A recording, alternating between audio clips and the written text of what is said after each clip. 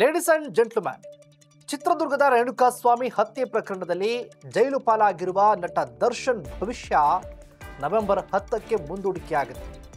ಬೆಂಗಳೂರಿನ 64ನೇ ಸಿಸಿಎಚ್ ನ್ಯಾಯಾಲಯ ದರ್ಶನ್, ಪವಿತ್ರ ಸೇರಿ ಎಲ್ಲ 17 ಆರೋಪಿಗಳ ದೋಷಾರೋಪ ಪ್ರಕ್ರಿಯೆ ಮುಕ್ತಾಯಗೊಳಿಸಿದ ಬಳಿಕ ವಿಚಾರಣೆಯನ್ನ ನವೆಂಬರ್ 10ಕ್ಕೆ ಮುಂದೂಡಿದೆ.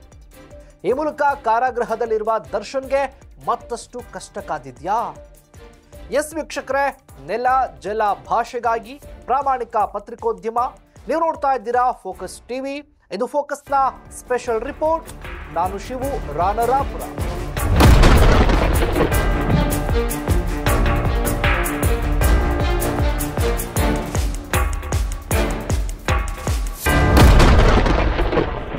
ರೇಣುಕಾಸ್ವಾಮಿ ಹತ್ಯೆ ಪ್ರಕರಣದಲ್ಲಿ ಜೈಲು ಪಾಲಾಗಿರುವ ನಟ ದರ್ಶನ್ ಸೇರಿದಂತೆ ಎಲ್ಲ 17 ಆರೋಪಿಗಳು ನ್ಯಾಯಾಲಯಕ್ಕೆ ಹಾಜರಾಗಿದ್ದರು.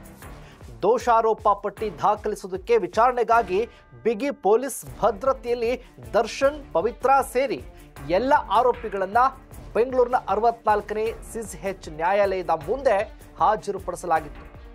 ಈ ಮೂಲಕ ದೀರ್ಘಾವಧಿ ಬಳಿಕ ಆರೋಪಿಗಳು ಜೈಲಿನಿಂದ ಹೊರಬಂದಿದ್ದರು. ದರ್ಶನ್ ವಿಚಾರಣೆಗೆ ಹಾಜರಾಗೋದಕ್ಕೆ ಕೂಡ ಬಂದಿದ್ದರಿಂದ ಕೋರ್ಟ್ನ ಮುಂದೆ ಅಭಿಮಾನಿಗಳು ಕಿಕ್ಕಿರಿದು ಸೇರಿಕೊಂಡಿದ್ದರು. 64ನೇ ಸಿಸಿಎಚ್ ನ್ಯಾಯಾಲಯದಲ್ಲಿ ಹೆಚ್ಚು ವಕೀಲರು ಕೂಡ ಜಮಾವಣೆಗೊಂಡಿದ್ದರು.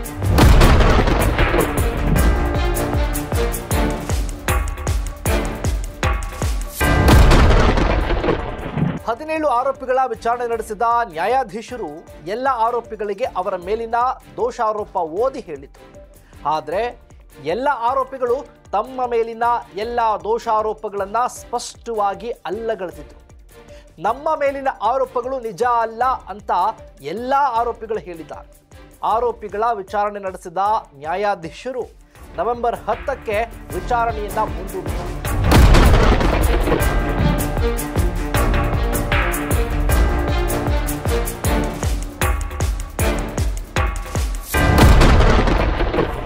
ಈ ಮೂಲಕ ಕಾರಾಗೃಹದಲ್ಲಿರುವ ಕೊಲೆ ಆರೋಪಿ ದರ್ಶನ್ ಹಾಗೂ ಪವಿತ್ರ ಸೇರಿದಂತೆ ಎಲ್ಲ 17 ಆರೋಪಿಗಳ ಹಣೆ ಬರಹ ನವೆಂಬರ್ 10ನೇ ತಾರೀಕು ನಿರ್ಧಾರ ಆಗುತ್ತೆ. ಕಳೆದ ಬಾರಿ ವಿಡಿಯೋ ಕಾನ್ಫರೆನ್ಸ್ ಮೂಲಕ ಆರೋಪಿಗಳನ್ನ ನ್ಯಾಯಾಧೀಶರ ಮುಂದೆ ಹಾಜರುಪಡಿಸಲಾಗಿತ್ತು. ಈ ಬಾರಿ ಬಿಗಿ ಪೊಲೀಸ್ ಭದ್ರತೆಯೊಂದಿಗೆ ಪ್ರತ್ಯೇಕ ವಾಹನದಲ್ಲಿ ಆರೋಪಿಗಳನ್ನ ನೇರವಾಗಿ ನ್ಯಾಯಾಧೀಶರ ಮುಂದೆ ವಿಚಾರಣೆಗೆ ಹಾಜರುಪಡಿಸಲಾಗಿತ್ತು. ವಿಚಾರಣೆ ಬಳಿಕ ಬಿಗಿ ಭದ್ರತೆಯಲ್ಲಿ ಎಲ್ಲ ಆರೋಪಿಗಳನ್ನ ಮರಳಿ ಪರಪ್ಪನ ಅಗ್ರಹಾರದ ಕೇಂದ್ರ ಕಾರಾಗೃಹಕ್ಕೆ ಕರೆದೊಯ್ಯಲಾಗಿದೆ.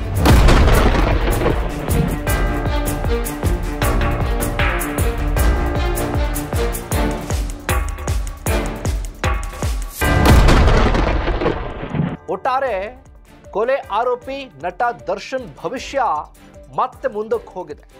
ನವೆಂಬರ್ 10ಕ್ಕೆ ವಿಚಾರಣೆ ಮುಂದೂಡಿಕೆಯಾಗಿದೆ. ದರ್ಶನ್ ಸೇರಿ ಎಲ್ಲ 17 ಆರೋಪಿಗಳ ವಿರುದ್ಧ ಚಾರ್ಜ್ ಫ್ರೇಮ್ ಮುಕ್ತಾಯಗೊಂಡಿದೆ. ರೇಣುಕಾಸ್ವಾಮಿ ಹತ್ಯೆಯ ಆರೋಪಿಯಾಗಿರುವಂತಹ ದರ್ಶನ್ ಕಾರಾಗೃಹದಲ್ಲಿದ್ದು ಅವರ ಭವಿಷ್ಯ ನವೆಂಬರ್ 10ರಂದು ನಿರ್ಧಾರ ಆಗುತ್ತಾ ಅಥವಾ ಮತ್ತೆ ಮುಂದಕ್ಕೆ ಹೋಗುತ್ತಾ? ಇದೆಲ್ಲದಕ್ಕೂ ನವೆಂಬರ್ 10ನೇ ತಾರೀಕುವರೆಗೂ ಕಾಯಲೇಬೇಕಾಗಿದೆ. ಇದಾಗಿತ್ತು ಫೋಕಸ್ನ ಸ್ಪೆಷಲ್ ರಿಪೋರ್ಟ್. ನೆಲ ಜಲ ಭಾಷೆಗಾಗಿ ನೋಡ್ತಾ ಇರಿ ಫೋಕಸ್ ಟಿವಿ.